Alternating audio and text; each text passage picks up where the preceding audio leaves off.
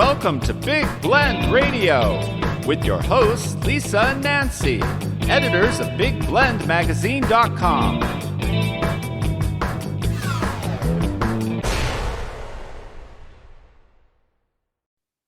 Hey everybody, welcome to Big Blend Radio with Nancy and Lisa. Very excited to welcome back Steve Piacente onto the show. He is the owner of Next Phase Life Coaching, based out of Rockville, Maryland. We love Maryland. We were just there a few weeks ago. And he's also the author of a number of novels. That's how we first met Steve, actually, is with his novels, award-winning. You've got to go check them out. But he's also the author of Your New Fighting Stance. Good enough isn't, and you know it. And it's kind of right in your face there. Every time I read that title, I go back into the stories in his book. They're all personal stories of people who really stood up. And it's really a good read to go back into. You read it the first time and you connect with those stories, but I encourage you to go back in and reconnect with them as well. Steve is also the director of training at the Communication Center in Washington, D.C. You can go to his website, stevepiacente.com. So welcome back, Steve. How are you? Hi, Lisa. Hi, Nancy. Great to be with you again. It is good to have you here. We went to your beautiful state and it is beautiful. It is gorgeous. And Maryland is Maryland. It definitely has its own distinct, I'm Maryland state, but beauty and history. Seems that you guys really stand up for natural beauties, quality of life, and history. Well, it's distinctly hot right now. Yes. I guess like everywhere else, we're going through a little pattern of hot days and very vicious thunderstorms at night. But you take the good with the bad. Hey, the clouds are rumbling, and it's interesting. We're going to talk about one of your articles up on LinkedIn, and you've done a number of that. I was like on there today. You've done like over 70, 77 articles on LinkedIn. So everyone obviously connect with Steve there. This one is the high cost of staying quiet. So maybe that's what's going on in the skies above you. The thunder is like, hello, everybody talk up when you need to. Yeah. But I love your article because talk about people being quiet in the office when you really need to, hey, I have an idea. I know personally, as soon as I read the article, it reminded me of a time where musically, and I was fronting a band. I write really good music. I can say that now because I've done stuff with it a little bit, not as much as I want. But I didn't have the strength in front of a very all-male band, very machismo, like, we've been here, done that. And here I am with my song going ding, ding, ding, and I need help with it. And because I still needed help with it, I didn't stand up and say, hey, we need to do this soon enough. And eventually I did. And actually those songs became one of the most popular things when we performed. Yeah. But it took, they became the most popular really outside of covers that we did. So it's that fear can let you back. It's interesting, Lisa. I just want to make sure that we start off by recognizing that this is not a gender thing necessarily, because I work with a lot of men who find themselves in the same situation. I think it's more of a personality thing. And, a lot of times people feel like it's safer to be quiet, to go along to get along. And they wind up feeling frustrated in the end because they realized that they had a good idea and they didn't speak out. And that's why I say there's also a cost for staying quiet. It's true. It could also be an age thing. I mean, some of us were brought up not to talk unless spoken to. Don't push yourself. Like if it's your idea, or you're just pushing your idea, that kind of thing. So it could be age, it could be gender. It could be shyness. I'll throw it in one more, Nancy, because I do work with a number of international clients. It could also be cultural. We're all a product of how we grew up in our experiences and the culture in which we were raised. And a lot of times it's taught to hang back and not speak out. There's an interesting tension between being assertive and being aggressive. Right? A lot of people are so afraid of being perceived as aggressive that they err on the side of not even being assertive. And then everybody kind of typecasts them as don't care about getting ahead. Hmm. It Yeah. is interesting about that when yeah, you can let anything kind of get in your way, but do you think that it becomes a comfort zone of not speaking out and standing up so that it becomes calm, even in a personal relationship? Could be business, it could be personal, it could be even right now with what we're going through politically. We don't want to speak up because it's becomes angry instead of actually having a conversation, or you have to have your ducks in the row basically to Well, do it. I think the first conversation you need to have is with yourself, Mhm. I and agree. try to think about some of these questions that I tried to raise in the article, such as how would it make you feel to stop censoring yourself, and how would it change the way you acted at home, on the job, and at a cocktail party or a family gathering? Because you're right, it's not just the workplace. This transcends the workplace. Hmm. And when you go to like the That's stories true. in your book, Your New Fighting Stance, Mhm. these are a lot of stories of people like suddenly, you know about this when you're in the newspaper, and then newspapers change and you're like, oh, I got to reinvent. And there's a lot of reinvention going on right now in the world. Right. And a lot of times that can happen to you if you didn't stand up and kind of speak up, right? So Yeah. do you think by not speaking up for yourself that you can kind of push yourself in a corner to not fight for yourself, or you get your fighting stance, basically? Yes, and that's the whole point of good enough isn't, and you know it, because I think if we really challenge ourselves and ask, in this moment, are we feeling fulfilled? Are we feeling satisfied? Whether it's workplace, whether it's personal relationships. Too often, you use the phrase comfort zone earlier, Mm. and that's what we do. We kind of fall into that comfort zone. My book and my coaching is all about expanding your comfort zone.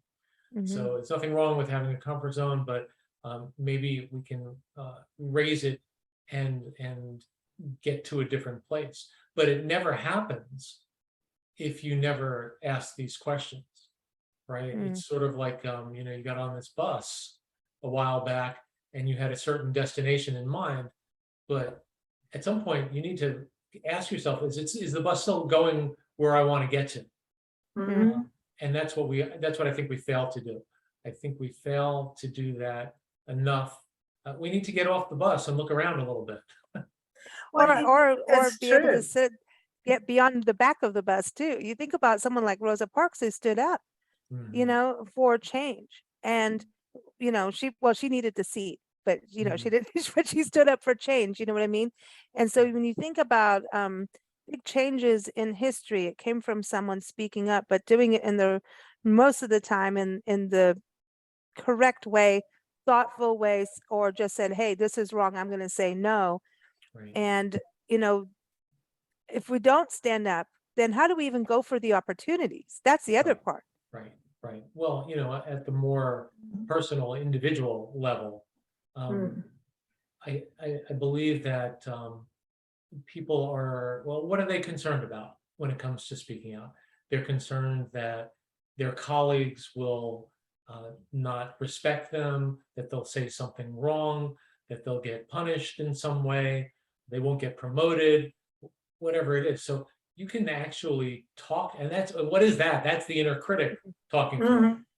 And so um, you need to have a dialogue with that inner critic and really try to get to the bottom of those questions and see if there aren't some better answers that you can come up with. Mm. Because that's how sometimes it's a matter of taking baby steps, right? So Mhm. let's say you're in a staff meeting and you have an idea that you want to get across, and maybe it's a little bit of a radical idea. Nobody's thought of this and nobody's really talking about it, but you feel like it's too far outside the status quo to bring it up.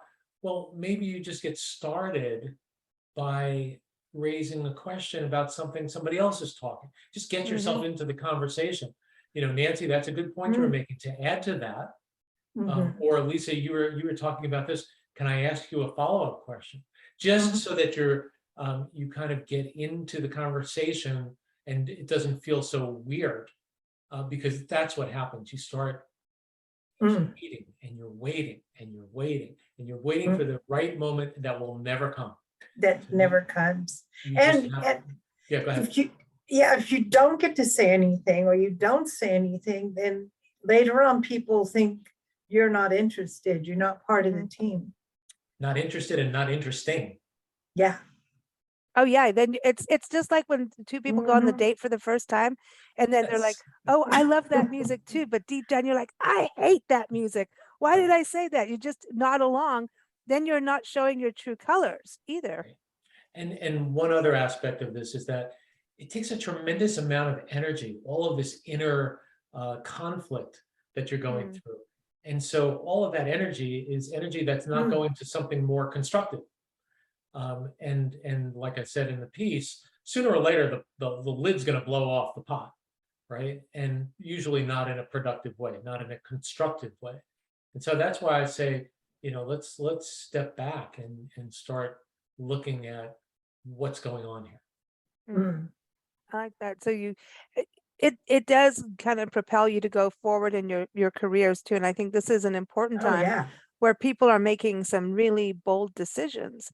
And I think part of that is COVID. People had to think things out, and they started maybe, reading your book and and things like that, where they're going, "Hey, I'm really not happy." Once you get away from that humdrum where you just keep going in the routine and spinning and not speaking out or not going for the opportunities, just everything to lead a quiet life, right?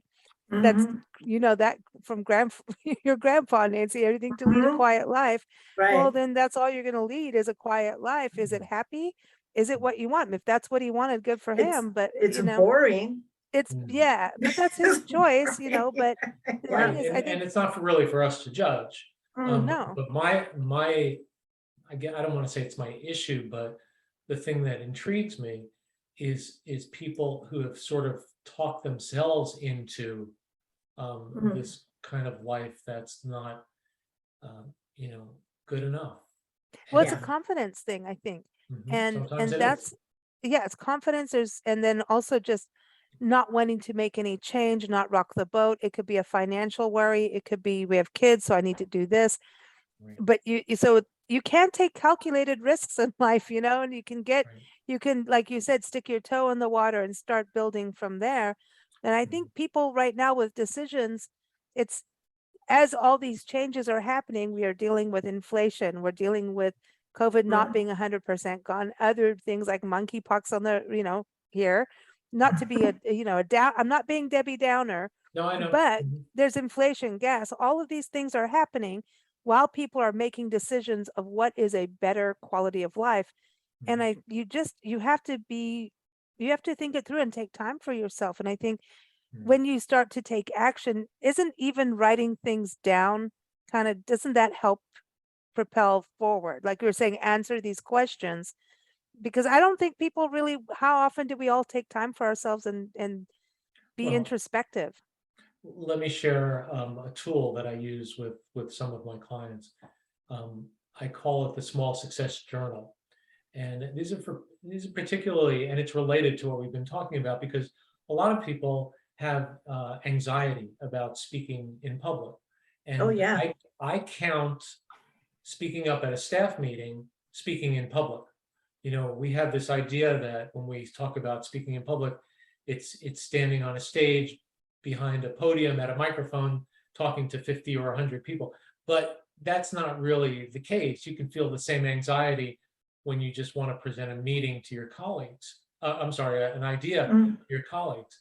And so, if we do something 10 times and 9 times it goes perfectly fine, and 1 time it goes off the rails a little bit, which is the time we remember?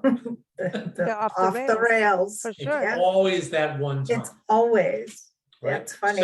So what I tell my clients is start a small success journal. It can be a document on your laptop, or it can actually be a small book, a booklet or a tablet. And in this book, you will commit to jot down 1 line and the date anytime you do any kind of public speaking and it goes well. Mm. So, maybe it's got a complimentary email after I spoke at a staff meeting, 8/5/22. Okay, and you start to do that every time. I had a good conversation with my boss, and he likes my idea. Write it down, and you'll see how quickly the pages start to fill up. And then when you're feeling in doubt, or there's something a little bit more formal coming up, you review your journal and you'll see that there's page after page where you have these small successes, and you realize it's not that different. I got this, I can do it. It's not that different than what I normally do. And it gives you a nice jolt of confidence. And so that's another way, a tangible way that people can start working on this. It's really true. I mean, and listen, Gus, the little doggy here, agrees with you, as you could hear. He's like, I'm speaking up now. I'm the best. I'm the best little doggy in the West. But it's true. Going back on things, like even, companies need to do that. I think entrepreneurs and small businesses, you look at the reviews you get, you're going to have positive ones. And when the chips are down and things are struggling, look at the positive reviews you've had and look at the negative ones. And some of them, are, inflated and crazy. And then some are exaggerated, but some are going to be very real. And you should just look at it, take constructive criticism out of it, and see if you there need to is change, something. if and when to change something. And the positive ones, people go out of their way to do something positive. It's harder to get people to do something positive than to get someone to write a positive review if it's true, versus if someone's angry, they're going to go to town, right? It's like suddenly I've got the review, I'm going to do it. But if it's positive, that's a little bit harder to, just like you're saying, are we going to go negative or positive? We tend to choose the negative. So read those reviews. I think it's something important to remember that whatever we do, that interaction, it's cause and effect, right? Absolutely. Yes. Yeah. And again, to add to this, we should probably talk a little bit about the inner critic that I mentioned earlier, that lives inside all of us. And I have a little bit of advice about that, if I could share that. So, particularly when it comes to speaking up in a public setting, that inner critic rises up, whether you're a male or a female, whatever it is. It's never encouraging. It's always discouraging. It's always, you're not smart enough, you're not engaging enough, you're not funny enough, they're going to ignore you. When you're done, they're not going to remember what you wanted them to know.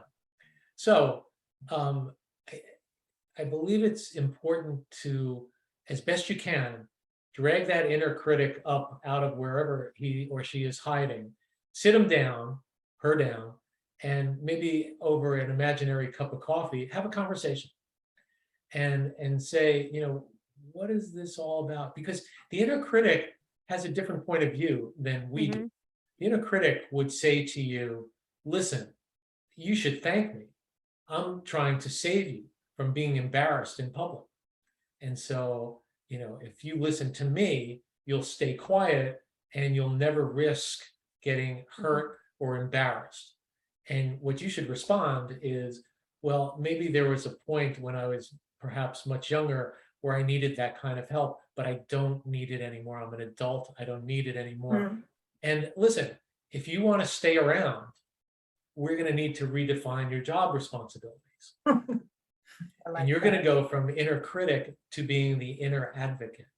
And if you talk to me, the only thing that you're allowed to say is encouraging, inspiring things.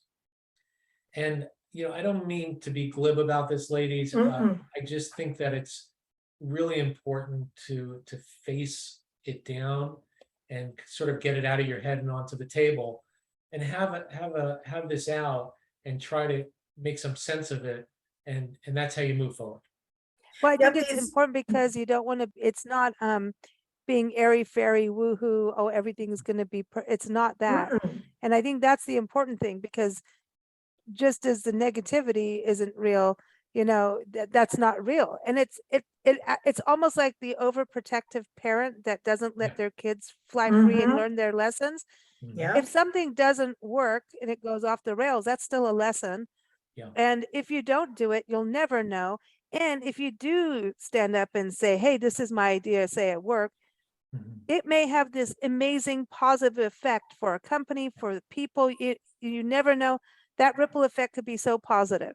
But if you And- don't do anything, but you're right. I and- love the inner Mhm. critic sitting him down and her, it, whatever it is, and saying like, listen, dude, stop it. Yeah. Well, it's like, don't learn to swim because you might drown. You Yeah. know, instead Right. of saying it could happen that you drowned because you never learned to swim, you know? And like a lot of things, once we drag something out of the things that scare us are always in the dark, right? Mhm. It's Mhm. dark and scary. And when you drag it into the light and you Yeah. really look at it, stare it Mm. down, have a conversation, it becomes much less scary. One other thing that makes it less scary is if you give your inner critic a funny name. So maybe you call him Bartholomew or something like that. Bartholomew, would you stop it? Go to your corner. That's really funny. You see, that goes with could how I call it proofread with a British Sybil. accent. Yeah. Sybil. Oh, you can't do that. Don't do that. Why? No, you It's can't. it's another No. part of your personality. No, Okay. yeah, but it is about controlling the monkey mind chatter that we all Mhm. have, That is part of and we it. never move forward. And if you want the raise, you're going to have to stand up for yourself. Right, right. Yeah, right. I love it. And we want to do it before we get into those financial circumstances that you were talking about earlier, where it becomes much harder to stop and change gears. Because once you have the kid in the house and the car, then it becomes a little bit more problematic. I Mhm. really, I have to say, I know a few people who have, I mean, when we change, when we make a radical change, sometimes, usually, it's forced on us. COVID destroyed a lot of businesses, and This is these true. people had to change careers.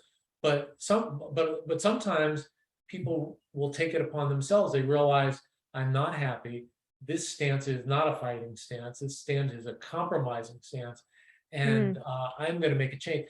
Those people I really respect, because it's hard to do it if you're not forced to do it. Mhm. Mhm. That's And true.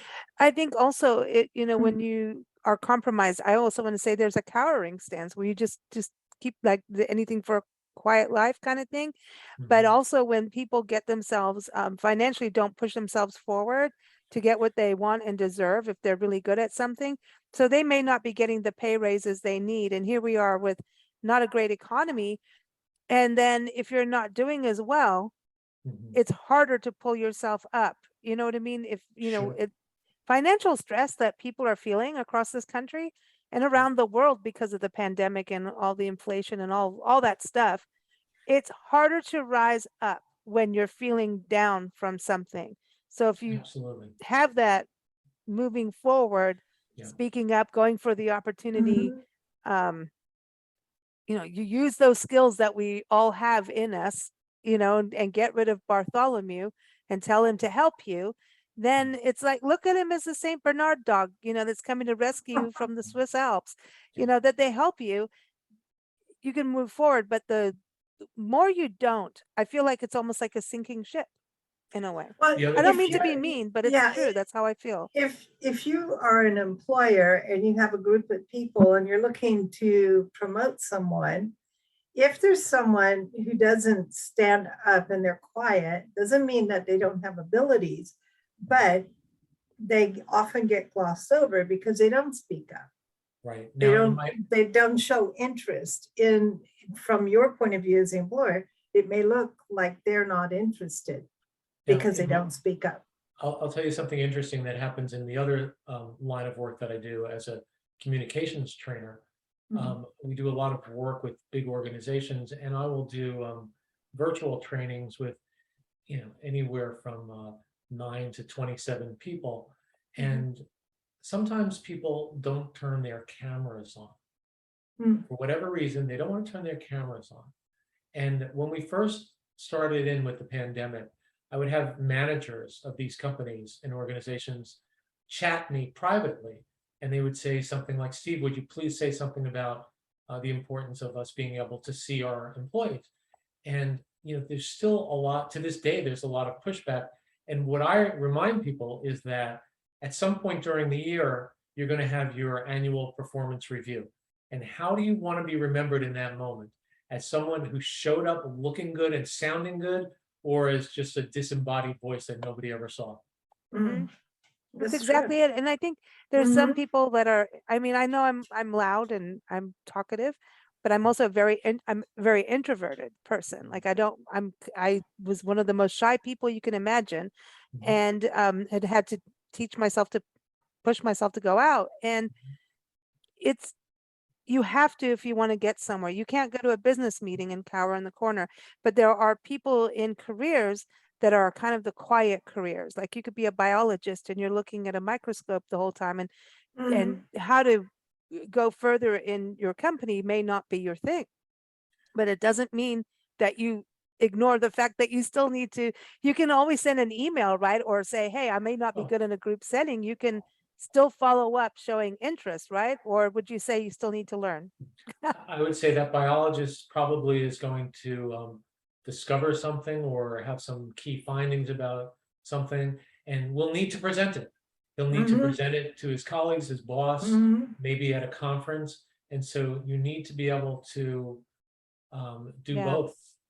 I don't think the quiet professions are exempt from any of this. I think it applies to them as well. Yeah, Good, because you're good part of point. Yeah. society, whether it's your job or you're talking about any situation, that if you need to be heard, you need to be heard. If you have something to say of value, Yeah, you can't exactly. just always not participate. Right, right. Good And point. there's a little irony in the fact that I've chosen this route myself, because when I was younger, I felt the same way. I wanted my work to stand for itself, and I didn't want to have to talk about it or talk about myself. And it was something I had to learn to do as well. So I relate to those people. Yeah, and Mhm. musicians, artists, writers are, I'm sorry, Mhm. but writers are the hardest. Yep. Artists, Mm. visual artists and writers, they just let me go write my book. I don't want to talk about it. Yeah. Go read the book. And as Mhm. a being an author and a writer too, it's like, okay, let me be with my words. That's not Mhm. really how the world works as much as No. we want Yeah. it to. Musicians have to do it. They come on our interviews, and Yeah. it is something No. important. They, something to be taught for kids. Do you think this is something for kids to learn too Oh, at a young age? Sure. I think it's best to learn it as a child. And I'll tell you a quick funny Mhm. story. I was asked to go to an elementary school several years ago, and Cool. just to talk about what I do. And and I got there early because I always get places early. Mm. And when I walked in, they were doing the morning announcements. Now, when I was a kid, maybe you guys too, the morning announcements were the vice principal sitting in an office speaking over a Yeah. microphone, and Mhm. every classroom had a speaker. Well, when I went to this school, I walked in and there was a smart board, and the smart board suddenly came to life, and we had a live Mm. shot of two kids. One, I don't know where they were, but they were in some kind of studio in the school, and one was doing the news slash announcements. The other one was doing the sports, and Wow. this is being beamed into every classroom. They do it for 3 months at a time, and then they rotate. So by the Wow. time they're in sixth, seventh grade, everybody has gotten some good exposure to all of this.